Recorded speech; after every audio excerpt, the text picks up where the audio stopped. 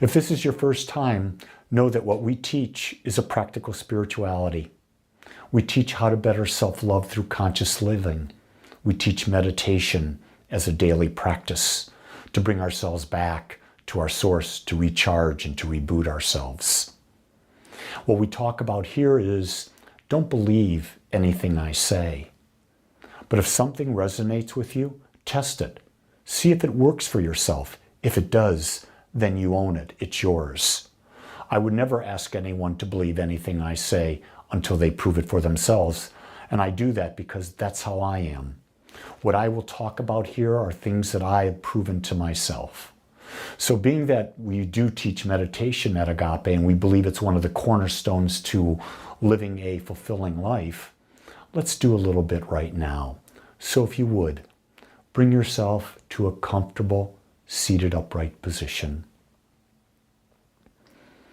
Your back straight, hands gently resting on your lap, eyes closed.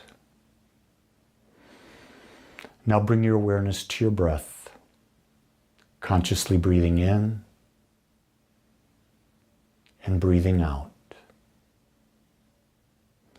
Breathing into your heart, breathing out from your heart. As you breathe in, you nourish. As you breathe out, you purify.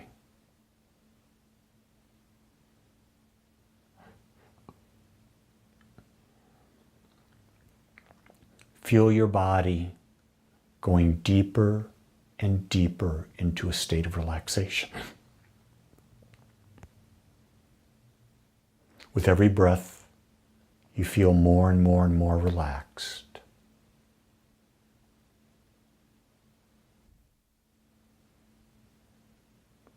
In this state of calmness, peace, know that the infinite, universal intelligence is right where you are.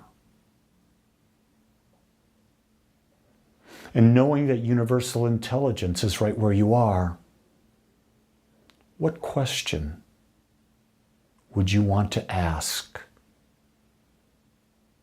if you knew the answer would be given?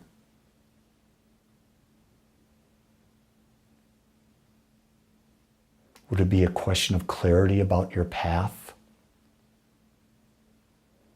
Clarity about how to better love, to know love?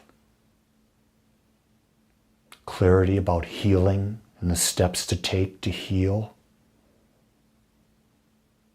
Clarity about relationships and how to really create a meaningful one, a fulfilling relationship? Whatever your question is, ask and sit and just listen. All you're asking for is the next step.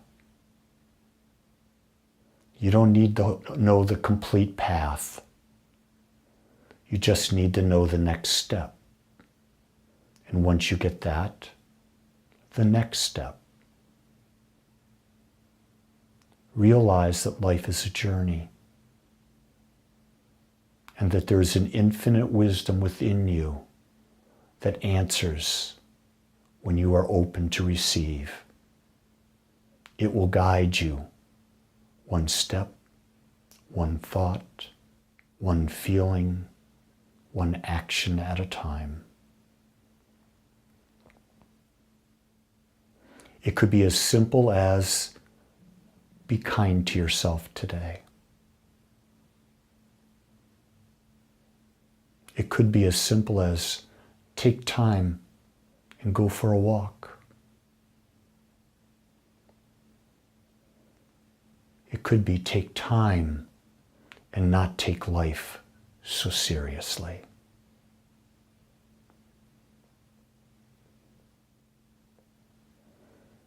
Whatever may have happened for you here, know that more will come if you sit in silence and ask. But right now, fill your heart with gratitude if for nothing else, gratitude for being alive.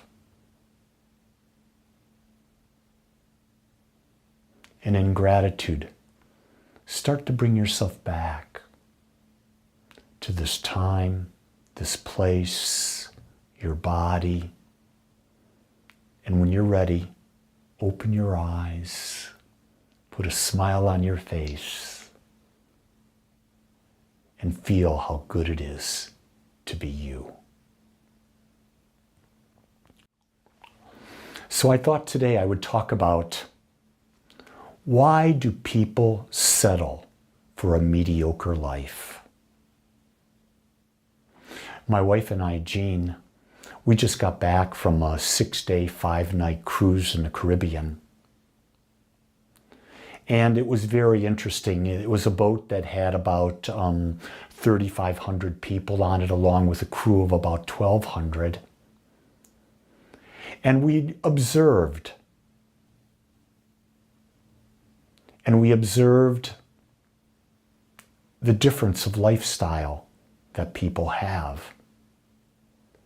And I do really believe that people do settle. And so I want to explore that with you. But first, before we can talk about it, we've got to discern what is settling. Settling is when we accept something less than what we believe we deserve or desire. So ask yourself, do you accept less? One of the things that when we went on the cruise, Jean and I purchased this little thing called the Key. It's a special status on Royal Caribbean. And with the Key, what it does is it gives you priority boarding. You're the first one on the boat. It gives you a priority lunch that no one else gets because you're on the boat. It also gives you priority seating, special seating at any of the events. It gets you expanded internet, and it's an additional cost. So when I was sharing that with Jean, of course we said we're going to get it. Why? Because we deserve it. And in reality, we need it. Because while I was on the cruise, I still did my morning guided meditations with people, and I still did my morning talk with people. So it was a benefit to me. I was not willing to settle. It's like, would I settle for a room on the inside of the ship with no windows for $100? Or would I get the room where I have a balcony overlooking the ocean? I chose the balcony over the ocean. I'm not going to settle when I know I deserve more. You see, I believe we've been domesticated to believe that compromise is the best and that we should always take the safe route. Do you realize that when you compromise, what you're saying is both people lose? Do you get that? If you're in a relationship, say, let's compromise. That means I've got to give up something and you've got to give up something. Well, you know what? I'm not going to settle. I'm going to find a way through collaboration, which is the process of finding out how we can both win. Settling is compromising. Winning is finding a way where you collaborate and both people win.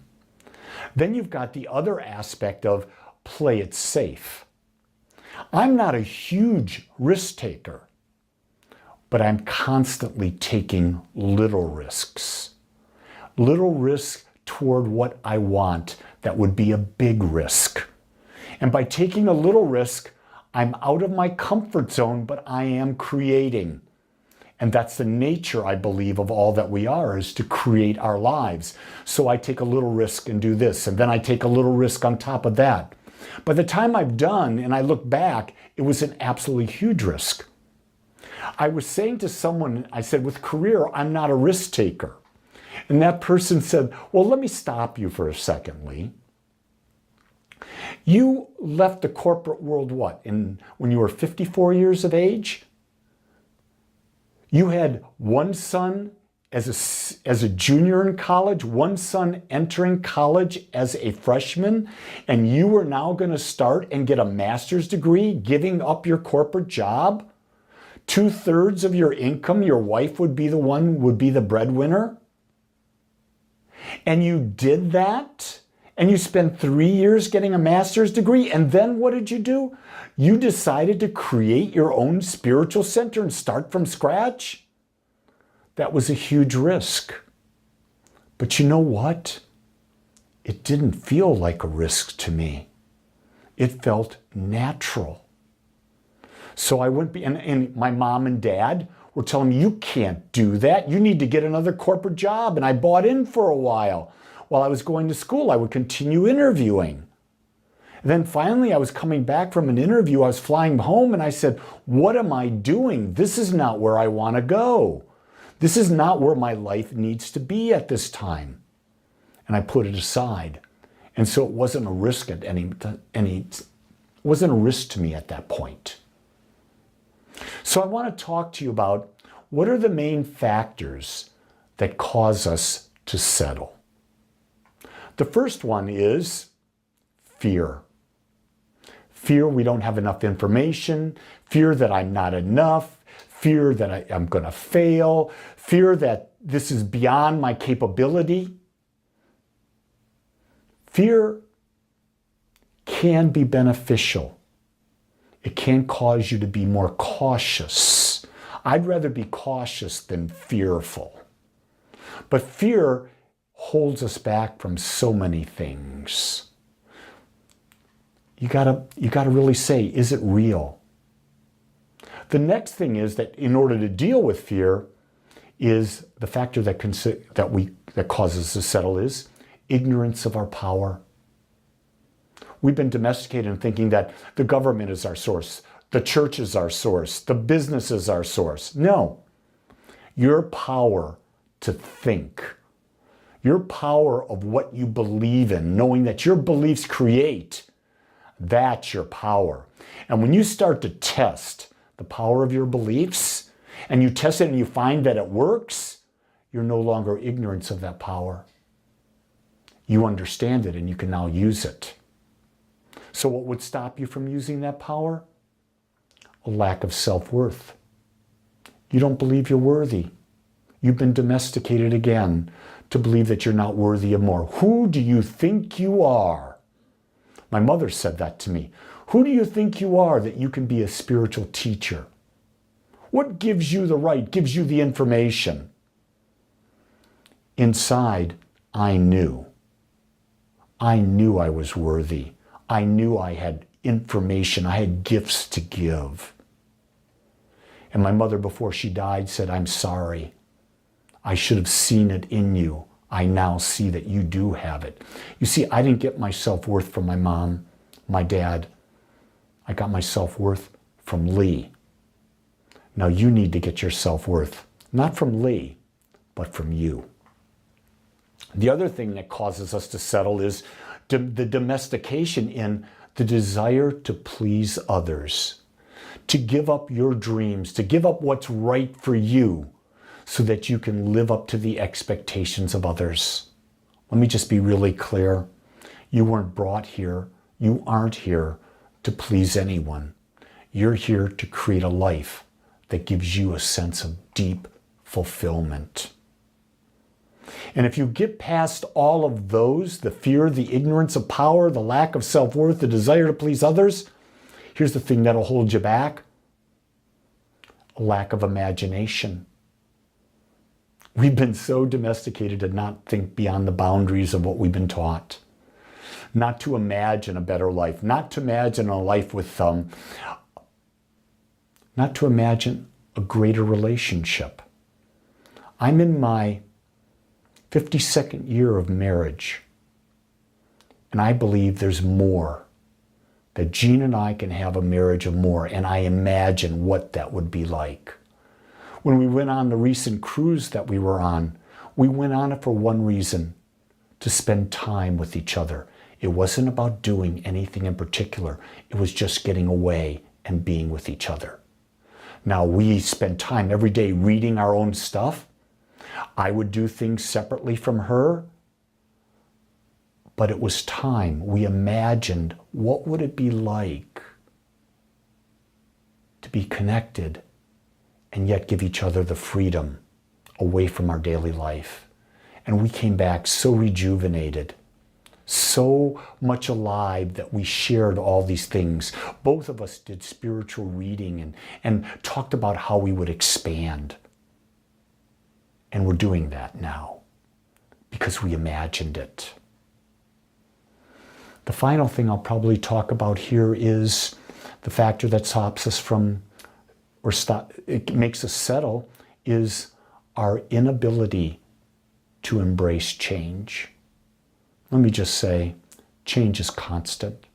It's going to be there no matter what you do. That was quite evident on the last full day of sailing while we were on our cruise.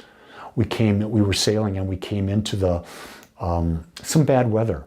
Lightning and thunderstorms, to the point where they were greater than anything the captain of our ship had ever experienced. I mean, on our boat, which was a huge, huge boat, in the casino, slot machines fell on top of someone. Dishes, glasses breaking everywhere. The outer chairs, water coming completely out of the pool. We were confined to our rooms. Jean and I didn't make that a distraction. We used it to continue reading. We meditated for an hour and a half in the midst of the storm. We used the time and we didn't settle because of what was happening. We imagined, what could we do in this time and make our lives better? And finally, it's about a personal commitment. Are you committed to living your greatest life? If you are, then fear will disappear, ignorance of your power will disappear, lack of self-worth will disappear, you will have a vivid imagination, and you'll embrace change because you're committed to being the highest expression of you that you can ever imagine. And so, when we confront our fears, when we challenge our limiting beliefs, when we use our imagination, when we give up the need to please others, when we know our true power and self-worth and embrace change, we break free of the life that we've settled for, and we begin to create a life that is both meaningful and fulfilling to us. I know that when I let go of this body at some point in the future, and I'm doing an evaluation of my life, all I care about is, do I feel fulfilled? And did I live my greatest life? It's time that we give up settling. It's time where we embrace our power and we stair-step our life forward. You're not going to see a quantum leap, but if you start to stair-step improvement after improvement after improvement in what you discern is an improvement in your life, at the end of 1 year, it'll be incredible. At the end of 10 years, it'll be beyond anything you could even imagine. But here's the key thing. You have to decide, I'm worthy, and I now commit to the most expansive, joyous, loving, caring, abundant, healthy life ever. I know you can do it because the power is in you, because I know the power is in me. I want to thank you for taking time to be with me today. And I ask, test out some of the things. Explore this. Talk to your partner. Talk to your parents. Talk to your children about it. Also, if you want to plug into Agape, go to the Agape website, agapespiritualcenter.com. And you can find out all the things in the calendar, all the various things we offer, so that you can create a meaningful and fulfilling life. And if this message is something that really resonated with you and you want to make a donation to Agape, All of our donations we use to bring this message to greater and greater numbers of people. We don't have a fancy building. We don't have a lot of stuff because we realize that's not what we're about. We're about teaching, and we're reaching people in the best, most efficient way that we can. I invite you to be a member, to join us on this journey. It's so much fun when we're doing it together. And if you go to agapespiritualcenter.com, sign up for my newsletter. You'll get my daily thought, and once a week you'll get a newsletter of all the things we're offering. Nothing else. With that, my beautiful friends, it's your life.